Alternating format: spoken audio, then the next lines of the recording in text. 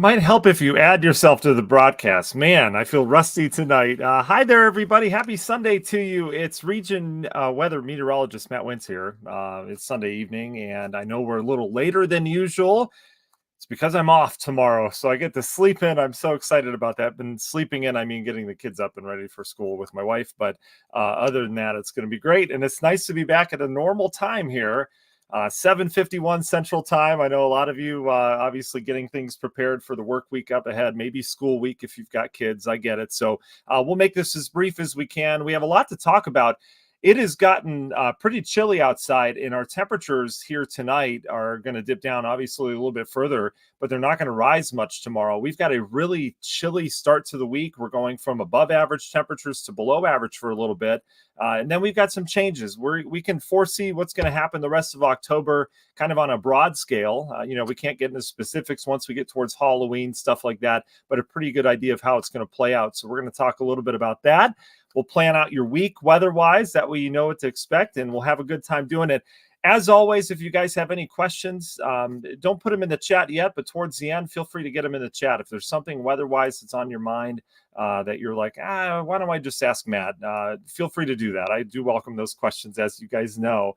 All right, let's dive into our sponsors real quick. Up above us, we've got FBI Buildings. FBI Buildings, they've been doing pole barn construction in Indiana for a long time. In fact, they've done 22,000 pole barns, whether it be residential or commercial. They do amazing work. If you've got a pole barn on your property or your commercial property that needs some renovation, they'll come in, they'll fix it up like brand new, or they'll build you a brand new one. It's FBIbuildings.com.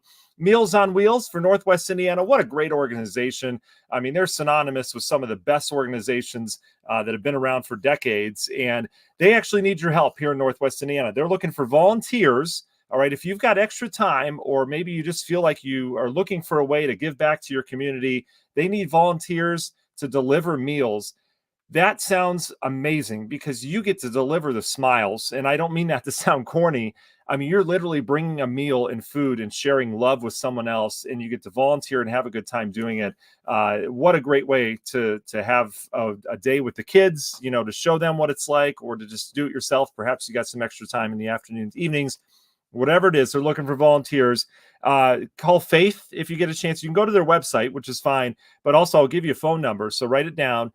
Call Faith, 219-756-3663. That's 219-756-3663. And again, Faith will get you set up with a donation or with you donating your time to help serve some meals. She'll get you all set up with a route and give you all the details, okay? Below that, we've got PSA. That's our public service adjusters. They're wonderful, local to Northwest Indiana, licensed, insured adjusters. What is an adjuster? Well, if you have an insurance claim on your property, whatever insurance claim it happens to be, typically you go to your insurance company and they get back to you maybe a day later, and you go back and forth, and they'd come out, finally take some pictures. They lowball you with the amount of money they give you, and then you call it a day, and then they raise your rate. What PSA does, they're the go-between. So instead of going to your insurance agency, go to them first, publicserviceadjusting.com. Again, all local to Northwest Indiana. You go to them first. They send someone out right away. They take the pictures. They go to your insurance agency, and they get you top dollar. They'll get you so much more than you can get on your own because they're just stubborn. They're awesome stubborn, and they work on your behalf. It's publicserviceadjusting.com. Nothing but 5-star reviews. People are like, why have I been missing this my whole life? They're great. TigerPlumbing.net, place to go for local Northwest Indiana plumbers. It's about that time, not quite yet, but we're getting to that point where you need to turn off your outdoor spigot and turn off the water line that goes outside. They wanted me to remind you of that. If you have any problems with leaks around that spigot, or you need covers for them, or perhaps you need something as simple as getting a new faucet installed inside or a new toilet, they do it all. TigerPlumbing.net. They're wonderful. I get a comment every week over someone that used them and loved them. Again, you can do everything on mobile with them too. You can even take a picture of the problem and send it to them on your phone. They're great. And they come out for free too. TigerPlumbing.net. Minogue.life. You're wondering, what is that? That's the website. It's Minogue.life. Michael Minogue has been serving Northwest Indiana around the nasty and confusing world of Medicare, Medicaid, life insurance for decades. He's been helping people get exactly what they need and making sure they don't overpay.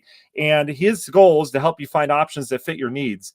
because no two plans are the same. All right. You may be paying too much for life insurance. You might not be paying enough, and you don't want to surprise people, right, with the cost of everything. So Michael will help you figure that out. There's also some big changes coming to Medicare Advantage plans coming up in the new year that you're going to be automatically enrolled in. If you have questions around any of that, he is the expert. The website is minogue.life, and he's right here in Northwest Indiana. All right. Two of my more favorite sponsors here, Grieger's Chrysler Dodge Jeep Ram in Valparaiso. They've got brand new Jeeps ready to go, four-wheel drive. They're wonderful local-owned business on Route 30 there in Valpo. Grieger's Chrysler Dodge Jeep Ram. Finally, last but not least, Kate Cusack. She works for Ruoff Mortgage. She's just fun. She's like so bubbly and fun. You'll love working with her. So if you're looking for a local lender for any mortgage needs, whether it be a refinance, something as simple as that, as rates start to come down finally, or maybe you're looking to sell or buy a new home, she will certainly help you out. Kate will guide and support you every single step of the way. It's on Facebook. You can contact her. It's Kate Cusack, Home Loan Girl. That's her Facebook page. Or you can call her at a reasonable hour. It's 219-775-6645. Again, 219-775-6645. Kate, for all of your home mortgage needs. All right, let's dive into the forecasts and say hi to our early birds here. Andrew's with us. Good evening to you, Andrew. You were the first on there, buddy. I'm so glad you're with us tonight. That's awesome. Justin, good evening to you. Good to talk to you, buddy. Mary's with us. Jeff, Danielle, Debbie, happy Sunday to you. Other Debbie's with us as well. Debbie says it certainly got cool out. Absolutely, Debbie. It went from we hit 68 officially today at 1 o'clock. It went from 68. We're in the 50s now, and that wind has changed. You guys can certainly feel that wind. Sage Yourself is on our YouTube channel. Hello to you. DZ's with us on our YouTube channel as well. Sage isn't ready for cold. I feel you. I'm not either. Maxwell's here talking about a great question or a great topic, saying we could get some water spouts tomorrow. Yeah, this is water spout season for sure. Vince, good to have you on here tonight, buddy. Appreciate that. Good evening to you, John. Thanks for joining us. A couple more here. Terry's with us. Tom says, need rain, risk of wildfires. Tom, we're going to get some rain. It's going to be much needed, and we're going to be in good shape here over the next couple of days. I'll explain why here in a second. Tyler's on Team Go Cold Weather. Ethan's with us. Deborah's with us. Gail's with us. Debbie's here. Dee's with us as well, commenting on the beautiful day. And Ethan, we had a great weekend. I took Friday off. I'm taking tomorrow off as well. Just kind of a long weekend. We're getting a lot of work done. We're working on our kitchen cabinets. We're cheap, so we're doing everything ourselves. And by everything ourselves, I mean my wife's doing everything herself. And she's just amazing. If you guys are familiar, which I'm sure you are, with Chip and Joanna Gaines, I'm not Chip, but she's Joanna. So it's crazy. We've got all of our cabinets off in the kitchen right now. And it really exposes you to how unorganized you are behind the doors. And so we were going to have Silas, our youngest, is turning 1 in 10 days, 7 days, 8 days now. He's turning 1 in 8 days, and we were going to have a birthday party, but we had to postpone it because the cabinets are off. And she's putting on like borders and sanding it and wood putty, and it's crazy. Our whole garage and our house is full of stuff right now, so it's crazy. Anyway, you didn't ask for all those details. Sorry for that. The German band. We just finished our last German band Oktoberfest performance today. Yeah, it got so windy today. I hope the performance went well, though. I'm so sad it's your last. I know this is like the best season for all of that, so certainly appreciate that. And Ethan woke up to thunderstorms. Yeah, we had some good rumbles here last night. All right, let me dive into the forecast. I've taken too much of your time already. I appreciate everyone taking time out of their Sunday evening to join us. So here's the big pattern. Again, the whole point of this broadcast, if there's any newbies on here, we're going to dive into the details on the weather. And if you want to forecast, go to your phone. Okay. It'll change a lot. But these are kind of the details behind your forecasts. Okay. In terms of what we can expect this week. And my whole goal is for you to go into your week knowing what's coming weather-wise, but not just that. We're going to look long-term over the rest of the month. We always go out 15, 20 days or so to look at the trend. And I'm going to be completely honest with you about things we don't know, things you're seeing on social media that they don't know, but they're trying to get clicks. And we'll answer your questions. All right. That's kind of what we do. Reedmo's loving hoodie season. Me too, Reedmo's. My favorite time of year. Sweatpants season too. All right. Here's the big picture pattern. You can see it. Looking at the satellite picture, look, you got the big ridge out west and the big trough out east that's developing. It's starting to carve out right now. First of all, this ridge out west, they've got record highs in Phoenix, for days. They're up near 100 degrees again. That is not average for them this time of year. They typically start to cool down with the rest of us. It's hot out in the west because this ridge goes so far off towards the north. But what goes up must come down. So they've got record warmth. We don't have record cold, but it is cold for this time of year in terms of the air that this air mass is supporting. You can see that dip with that active jet stream comes right through here. That's why we had the thunderstorms last night. Those storms set up too far to the north. I thought we'd get that band to set up either over northwest Indiana or just north of us. It set up just north of that. So they had thunder all night long and all evening long, Saturday evening into last night in areas of Michigan, and that stretched over in Ohio with this active jet stream. But now you can see on the last couple, frames here is this kind of cut off upper level low that's coming in from Wisconsin. You see the good swirl with it. That's going to swirl its way to the south tonight into tomorrow. And what that's going to do, as we talked about last week, is this is going to kickstart some pretty good lake effect rain. There are really good dynamics with this.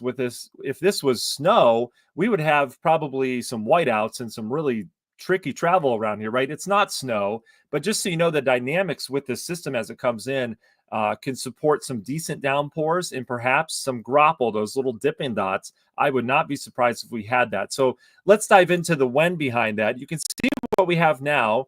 Dry day. It was a beautiful day. We were in the upper 60s today. Temperatures have tumbled as that cooler air is coming in. And you can see some of the showers and even a couple rumbles of thunder that we've had across portions of southwest lower Michigan today. We're going to get in on some of this shower activity back towards Wisconsin. This will spread some showers in overnight. You'll wake up tomorrow morning. If you leave the car outside, I would imagine it's going to be wet tomorrow morning, and we'll have lake effect rain that's getting going.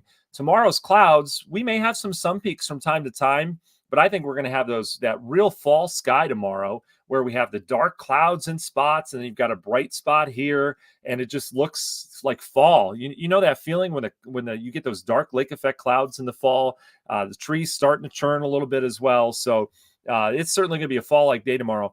And the big story tomorrow is temperatures. Temperatures aren't going much of anywhere. We're going to hold in the 50s. I've got us, in fact, where's my forecast? I always do a forecast sheet right before. I've got us at 55 for a high tomorrow, and I think that may be generous. And again, we've got lake effect rain tomorrow. And then Tuesday, I've got a 52 for a high, and Wednesday, I've got a 53. Our overnight lows, we're going to have to watch for some patchy frost where we clear out. I think it's going to be more so towards midweek versus the beginning of the week because of the lake effect rain and the clouds. But this system's just getting going as it continues to spiral in. So here's your forecast as we go through time. This is in the near term. Watch how this kind of spirals in. This is tomorrow morning as you're waking up. We're now starting to see some patches or some kind of development of a lake effect band coming in as that wind converges out over Lake Michigan. We'll likely start to get some downpours. Tomorrow morning's rush hour, I imagine we'll have downpours, then you'll be dry, a downpour, then you'll be dry. That's kind of how it'll go for the rush hour tomorrow. And notice as we go throughout the day, it becomes a little bit better organized. And some of this is coming down pretty good at times. And again, graupel cannot be ruled out, those little Dippin' Dots that you get, the little ice balls that kind of fall just because there are cold air aloft, all right? Has nothing to do with here at the surface. As we go through time, this is tomorrow night. There's another little short wave that kind of passes and kind of revigorates some of the lake effect rain. So we will have lake effect rain showers at times all the way through, not just Tuesday when we could get a pretty good fetch going, but this goes into Wednesday as well. And I want to show you this. This is the rainfall estimates on some of the models. This is just what we need. And there's something special about Northwest Indiana in that we do get lake effect here where other portions of the state don't, right? Mainly the whole northern half of the state can get it depending on the fetch off Lake Michigan. But this is where lake effect's our friend because we obviously need the rainfall. And if we didn't have Lake Michigan, there wouldn't be a lot of rain right now. We wouldn't have a lot of rain with this system. We'd have a few showers. But because we have Lake Michigan and because there's cold air coming across the lake, we get kind of a bonus rain out of this. And some of the models, in fact, most of the modeling is saying between now and Wednesday, we could pick up 1 to 2 inches of rain, and that would be lake effect. And I know someone is going to ask that question. What if this was snow, Matt? How much snow would that be? Well, that would be 10 to 20 inches of snow. All right. But you can't compare those two. And I know no one's asked that yet. But you can't compare those two because when it snows, the air is colder and cold air doesn't hold as much moisture as it does right now. All right. So the precip wouldn't be quite as heavy as it would be if it was, if it was cooler outside. So you really can't compare the two. But either way, this is going to be a decent lake effect event that's coming our way in terms of rain. And that starts tonight with some showers. Should get better organized tomorrow. I think it'll become kind of jumbled a little bit maybe in the afternoon towards evening and then reorganize as we go into Tuesday. But we're going to be dealing with some on and off decent downpours of lake effect rain over the course of the next couple days. So that is great news for the drought. And I believe that was Tom earlier who said something about the fire danger, not the next couple days, thanks to this rain. All right. So when does this rain clear out? I mentioned Wednesday. So let's dive into kind of what happens after that. And I'm going to show you the GFS just because it goes longer and there's good consensus GFS and Euro right now with kind of what happens long term. All right. So we have a good idea and pretty high confidence in what happens at least all the way through the beginning of next week weather wise. So here comes our little trough. There's our lake effect rain. Yes, the snow is not far off. I mean, there's going to be wet snow mixed in upstate New York, areas of the White and Green Mountains up in Vermont, New Hampshire. And then on our side of things, there's going to be some snow in northern areas of the UP of Michigan, northern Wisconsin, up towards the North Woods, and then up towards Duluth. Yes, there's going to be snowflakes flying. Not in our case. I'm not expecting any of that other than maybe those little grapple things mixed in. But you can see as we go through time, still dealing with some lingering lake effect rain on Wednesday. I've got mainly rain chances early Wednesday. Then we would clear out. We go partly cloudy. I don't expect clear blue. But either way, we'd have improving conditions Wednesday after 2 days with some lake effect rain. Thursday looks awesome. Friday looks awesome. Saturday looks awesome. This high pressure settles in. It's huge. That high pressure is going to protect us for probably a 7-day stretch after that from dry weather. And it's going to bring warm weather back our way too. So if you are a parent that is planning Fall Fest and you're looking at the calendar and you're saying, my October's booked, next week's the only week I have, or next week's the last week before we head into November in terms of your schedule. Next week, Fall Fest and pumpkin patches look great. They really do. Mainly Saturday, because Sunday's kind of questionable. I'll show you here in a second. But go ahead and get those tickets now. If you're going somewhere that needs tickets, all right, get a head start on that before these places sell out. But I would plan on doing something outside next Saturday because it really does look good. All right. And I don't see that changing. The thing that we do have moving in next weekend is a cold front. The GFS isn't impressed with it. The Euro's really not either. But my job isn't just to look at the models like a lot of weather folks do and say, this is, and interpret it. My job and my challenge in my career at this point is, and this is what I personally love to do, is I like to look at the models and I like to predict what they're going to predict next. Like I like to predict what tomorrow's model is going to look like. It's a good challenge. I've had some success with it, but I say that because what we'll have to watch is this front. I could see this front filling up with a little bit more moisture as we get on into Sunday and Monday of next week. As of right now, it's dry. I'm going to keep the forecast dry because I do like it. But that's just the next thing we'll be watching to see if it does change on the modeling. But right now we're dry. Saturday looks dry no matter what. Sunday, I've got a 20% chance in there just to cover kind of where the models have been and where I think they may go. All right, with this front. Either way, high pressure is strong. And our next real shot at rain arrives with a stronger low pressure sometime later next week. So we're talking Friday, the 25th. All right, we're already in the 25th of October. And then the GFS has some kind of stronger front coming through, which is very typical. This has it coming through on the 26th of October, which would be the following weekend. This is fantasy land in terms of the modeling. But the thing we have to watch is every year, right around October 31st for Halloween, right around trick or treat time, there's always some kind of strong front that comes in here with the first real blast of cold.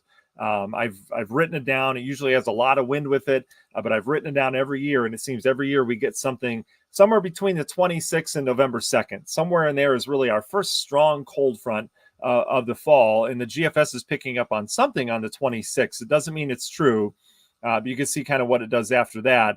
I mean, you get the picture. It brings some cold air in here, cold enough to snow with some lake effect ongoing. All right. Again, fantasy land. Don't go in thinking, hey, Halloween's going to be cold. Kids need, huge sweaters and huge costumes with layers. That's not the case. And here's why. Here's what the GFS does in terms of temperatures. Here's our cool week. Here's Monday, Tuesday, Wednesday. Warms us up nicely. Saturday, it's got around 70 with sunshine. It's going to be great this weekend. And then notice how it keeps us warm before it drops us off at 49 and 38 degrees. the 28th and 29th. Why do we not look at this and say, oh, it's going to get really cold on the 29th? Because let me show you the next run of the GFS. Remember, it says 49 and 38 on the 28th and 29th. This is the latest run of the GFS. It has changed things from 49 and 38 to 76 and 71. That's one of the wildest changes I've ever seen in a forecast from one run to the next. But that's why we can put very little credibility in this long-term 10-plus day outlook, all right? Where I would put my credibility is with, let's see. I do like the European deterministic. I'll go back to the 12Z. These are the numbers I like, all right? It doesn't go quite as far, but these are your accurate numbers here where, low 50s, maybe mid 50s, Monday, Tuesday, Wednesday, some really cool weather though. And then we start to warm up into the weekend. Saturday, right around 70 degrees. Again, looks dry this weekend as well. All right. So nice warm up coming our way. We're not done with these warm days yet. All right. That's all I have for you in terms of numbers. Hopefully that helps kind of sort things out. Go ahead, throw your questions in chat if you want. We could talk about anything. I do want to cover frost potential real quick. I know the GFS and the Euro are both agreeing Wednesday and Thursday. I've got a slight frost risk in some of those outlying locations away from the lake effect. So I'm talking southern Newton and Jasper counties primarily. You may have a little bit of frost waking up on what morning? Tuesday morning. Wednesday morning, I think we're going to see a little bit more frost around the region. We'll still have lake effect clouds. So wherever those lake effect clouds are, you won't have frost. And wherever you have lake effect rain, you won't have frost either. But outlying locations may have some frost waking up Wednesday morning. And I think we get a good area-wide frost on Thursday morning. May have our first freeze in spots. Doesn't look too likely. I've got us at 35 for a low at the Porter County Airport. That's what I forecast for. But I'll tell you, there's going to be some spots that get pretty chilly. And again, that's Wednesday night this week into Thursday morning. We're not worried about it after that. But if you do have plants outside still that you want to keep, you're going to need to cover those up Wednesday night, Thursday morning, okay? And maybe the other 2 mornings just to be safe. We'll have to see where that lake effect rain is. But that's certainly going to be our cold morning this week, okay? Again, Thursday morning waking up. So when you go to bed Wednesday night, that's the night you'll have to cover things up if you want to keep stuff. If you are letting it go and saying, go be with God, it's been a great year, potted plant, that's fine. Just let it go. Okay. That's kind of the attitude I'm taking right now. I've got this darn orange tree that I got years ago, and it continues to grow. And it's this giant pot that I can barely carry. It's got to be 100 pounds, this thing. And this is that time of year. I'm just so annoyed because you have to take it in and out and in and out. And I don't want to put it inside yet because the humidity is not what it needs to be for the orange tree. So anyway, that being said, I'm sure you guys have to do something pretty similar to that for sure. So there's that. All right, let's go ahead and answer your question. Let's see. JP, nice to be with you for sure. Let's see. Ethan says, could that front bring severe weather possibly towards the end of the month? Ethan, it could. I mean, temperatures are going to be up as it looks right now into the 70s out ahead of whatever that is. And if we're going from 70s to 30s, that's a big temperature change. That would create a pretty decent area of low pressure. And on top of that, if we're in the 70s, that means we'd have dew points. Dew points really need to be above 60. They need to be upper 50s near 60 to have any threat of severe weather. And this time of year, it's mainly damaging wind. So we'll see. Too early to tell, but it certainly could. Mm-hmm. Justin, thank you. I appreciate that. We needed that a long time ago. That's awesome. Tyler, good question. Do you think the pattern hangs around going into winter as far as precip goes? Tyler, I think things will change. I really do. I don't see. So we're going back to just kind of what Tyler's referring to, I assume, is we're going to go back to this big high pressure system once again after we get this lake effect rain. And we're going to go dry probably another 5 to 7 days again. All right. And that's kind of been the pattern that we've had where all the actions up in Canada or out west. Tyler, I do see it changing. I think we're going to have a pretty active winter around here with a storm track that's cutting through our area in the Great Lakes. So, I don't anticipate this drought being something that continues through all of winter in the next spring. Again, that's just my opinion. We really have no idea. But I have a feeling this pattern is going to change. I don't think we're going to be stuck in this real dry stuff as we go, into the beginning of or end of winter, beginning of spring. I think we're going to have a pretty decent winter around here. And I do think we'll have more snowfall this winter. Yeah, Maxwell for sure says, I'll take as much warm weather as we can get before winter hits. Let's see, Donna, great question. If there's a contest for this, I want in. That's interesting. So I don't see as of right now a snow in the month of October. I don't see it yet. It doesn't mean it can't pop up towards the end of the month with that strong front. But right now, I kind of have a feeling we're going to get out of October without snow. So that would place it into November. If I were a betting man, I'd probably say November 6th to 8th, somewhere in there. Again, I'm just guessing. I'm totally just guessing, but we'll see. I know Katie doesn't want to think about it yet. That's funny. Maxwell says, if I get any water spout pictures, I'll send them to you, Matt. Maxwell, awesome. Yeah. So there is a water spout risk out on the lake the next couple of days. There's always water spout risks in the fall. Okay. And it has nothing to do with severe weather. It has to do with the fact you've got a warm lake and a cool air mass up above it. All right. What that does, that warm lake, the water and the heat from that lake, or the water doesn't rise, but the heat from that lake rises. It's almost like steam. All right. And it happens in the fall all over the Great Lakes. So you've got this steam rising, and that steam can condense.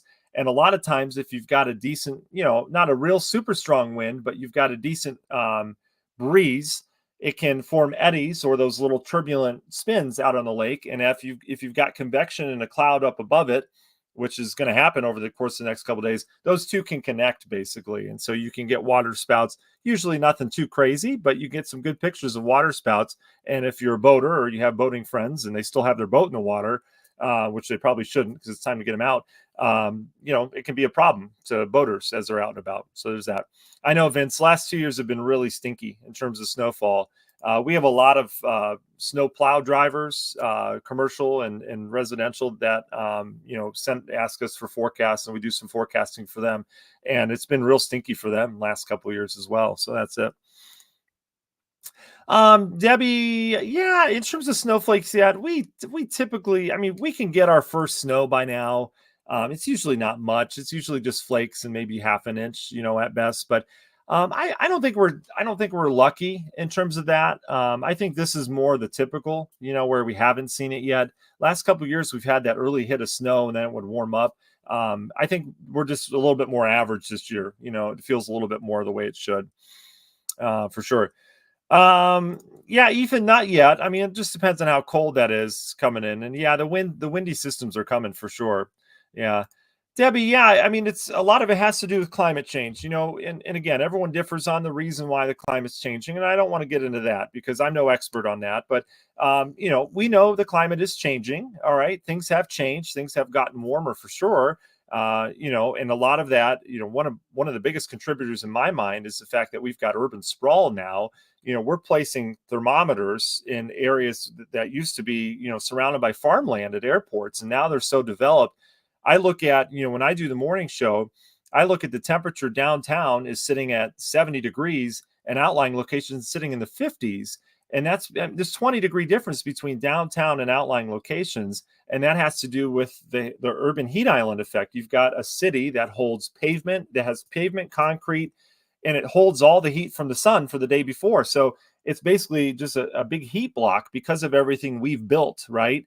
You get to outlying locations, it's in the 50s where, there's not a lot of stuff that's built. It's trees and stuff like that. And so, we're doing this all over the world, and we're doing it at a pretty crazy rate. You just look in your neighborhood or somewhere around you and look at what's developed now over what hasn't been, so that's causing some of it as well. And our Earth naturally doesn't stay like this. It's been doing this for decades. We could go back into an ice age. I don't think anyone wants an ice age. And the other thing is we're coming out of an ice age. So of course we're warming, right? So yes, things are changing. The climate is changing. I hope the climate's changing, right? Because if it's steady, something's wrong with the Earth. But overall, we need to obviously kind of adjust forecasts based on that. And we're learning too as we go in terms of how things are going to behave. And so, just because we haven't had a lot of snow last couple winters, it doesn't mean that's going to be something that sticks around. All right. It doesn't. We can go right back to snowy winters again. We have had some record amounts of snowfall in the fall up in North America in general, like up in Canada. There's been some pretty high snow totals coming out in the last few falls up there. And, if you're laying down more snow, that could lead to colder temperatures, as we kind of flip the pattern around a little bit. But there's just a lot of dynamics that go into it. There's a lot of question around it. But yeah, things are certainly changing climate wise, and we have to make adjustments as well. So we'll see. Phoebe. So Phoebe, that's interesting. My mom every year gets me a Farmer's Almanac as a joke. She'll get me one. I don't know. To be honest, I don't know who puts those together. I mean, the Farmer's Almanac puts them together, as far as I know. But there's some good science. They have good science articles in there. But that forecast is just like a fortune teller. I mean, it really is, where it'll say, October 13th through the 20th.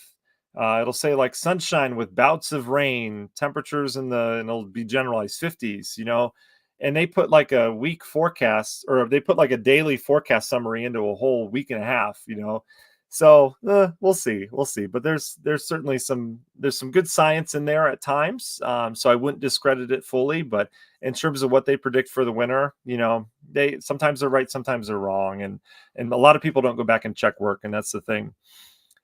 JP, it really doesn't. I've seen both. I've seen runs where, so we can go back in time and say, hey, here are the temperatures this year. Here's how the fall has been this year, temperature wise.